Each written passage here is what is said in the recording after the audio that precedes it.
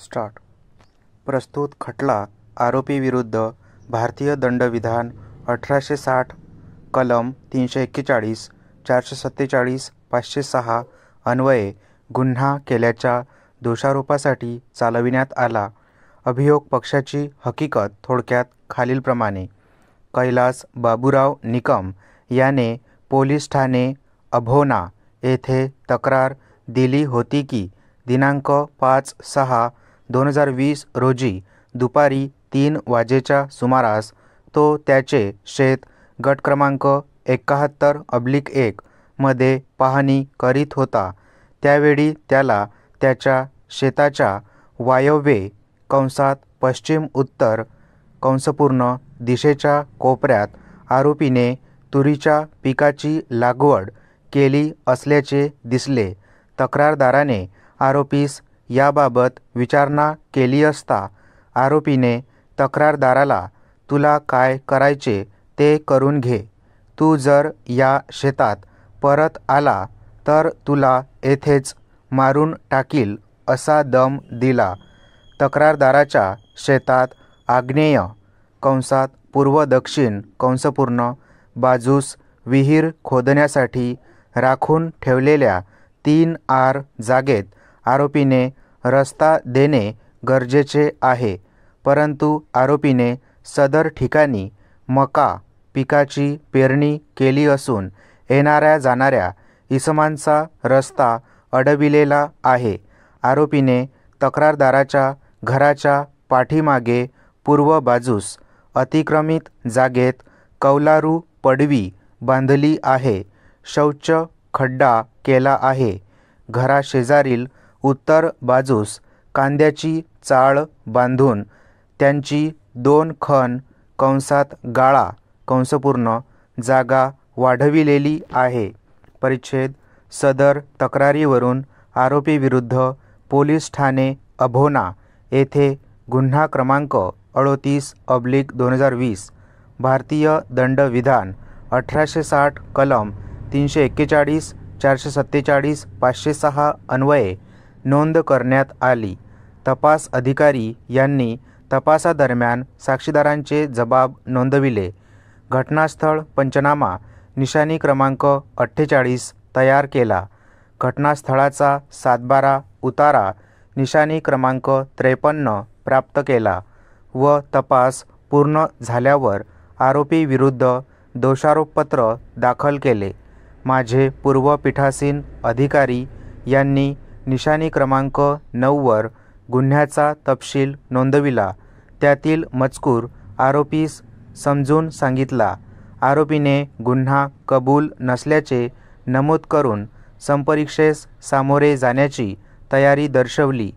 खटला संक्षिप्त पद्धतीने चालविण्याचे अधिकार नसल्यामुळे निशाणी क्रमांक 1 वरील आदेशाप्रमाणे मी प्रस्तुत खटला वॉरंट खटला पद्धतीने चालविला. आरोपीवरील दोषारोप सिद्ध करण्याकरिता अभियोग पक्षाने एकूण 5 साक्षीदारांची साक्ष नोंदवली आहे. त्यापैकी तक्रारदार कैलास बाबूराव निकम साक्षीदार क्रमांक 1 निशाणी क्रमांक 11 घटनास्थळ पंच. महेंद्र वसंतराव पाटील साक्षीदार क्रमांक 2 निशाणी क्रमांक 47. अशोक केशव काटे साक्षीदार क्रमांक 3 निशाणी क्रमांक 49. भाग्येश कैलास निकम साक्षीदार क्रमांक 4 निशाणी क्रमांक 50 व तपासिक अंमलदार लक्ष्मण सोमनाथ कुलकर्णी साक्षीदार क्रमांक 5 निशाणी क्रमांक 51 वर तपासले आहे. आरोपी विरुद्ध दोषपूर्ण कथन पटलावर आले नसल्यामुळे त्यांचे फौजदारी प्रक्रिया संहिता कलम 313 अन्वये निवेदन नोंदविण्यात आले नाही. अभियोग पक्षातर्फे सहाय्यक सरकारी अभियोक्ता व आरोपीतर्फे विधिज्ञ श्री के.एस. शिंदे यांचा युक्तिवाद ऐकला. अभिलेखावरील पुरावा व युक्तिवाद यावरून माझे समक्ष पुढील मुद्दे उपस्थित होतात. त्याचे निष्कर्ष कारणमीमांसेसहित खालीलप्रमाणे देत आहे. सदर मुद्दे एकसारख्या पुराव्यावर आधारित असल्यामुळे पुराव्याची पुनरावृत्ती टाळण्याकरिता त्यांचे विवेचन एकत्रितपणे करण्यात येत आहे. आरोपीवरील आरोप सिद्ध करण्यासाठी अभियोग पक्षाने विनासंशय असे सिद्ध करणे आवश्यक आहे की आरोपीने तक्रारदारास सार्वजनिक रस्त्याने जाण्या-येण्यास बेकायदेशीरपणे परिरोध केला, तक्रारदाराच्या शेतात फौजदारी पात्र अतिक्रमण केले आणि त्यास फौजदारी पात्र धाकदपटशा केला. सदर बाबी सिद्ध करण्यासाठी अभियोग पक्षाने वर नमूद साक्षीदारांची साक्ष नोंदविली आहे. कैलास साक्षीदार क्रमांक 1 हा प्रस्तुत प्रकरणातील तक्रारदार आहे. त्याने त्याच्या साक्षीमध्ये असे नमूद केले की दिनांक 5/6/2020 रोजी दुपारी 3 वाजता त्याचे शेत गट क्रमांक 71/1 मध्ये सदर घटना घडली. त्यावेळी तो शेताची पाहणी करायला गेला होता. त्याच्या शेतात आरोपीने तूर पेरलेली होती. त्यामुळे तो आरोपीला म्हणाला की आपल्या गटांची मोजणी झालेली आहे, तर तू माझ्या गटात तूर का पेरली? त्यावर आरोपी त्याला म्हणाला की तू येथे आलास तर मी तुला मारून टाकीन. त्याच्या गटाच्या आग्नेय गटाला 3 आर जमीन आहे. सदर जमिनीत जाण्यासाठी आरोपीच्या गटात रस्ता असल्याचे वाटणी पत्रात नमूद आहे, परंतु सदर रस्त्यावर देखील आरोपीने मका पेरला होता व त्यास रस्त्यावरून जाण्यास अडविले.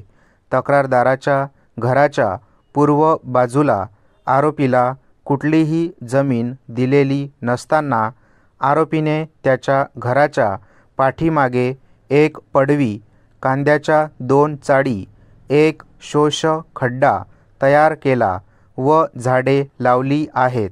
आरोपीने तक्रारदाराच्या जागेत अतिक्रमण करून रस्ता अडविला आहे.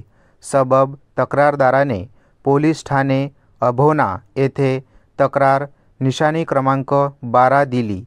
महेंद्र साक्षीदार क्रमांक 2 व अशोक काटे साक्षीदार क्रमांक 3 हे पंच असून त्यांनी त्यांच्या साक्षीत नमूद केले आहे की दिनांक 11/7/2020 रोजी दुपारी 4:30 वाजता पोलिसांनी त्यांना हिंगळवाडी येथील गट क्रमांक 71 मध्ये घटनास्थळ पंचनामा करण्यासाठी बोलविले होते.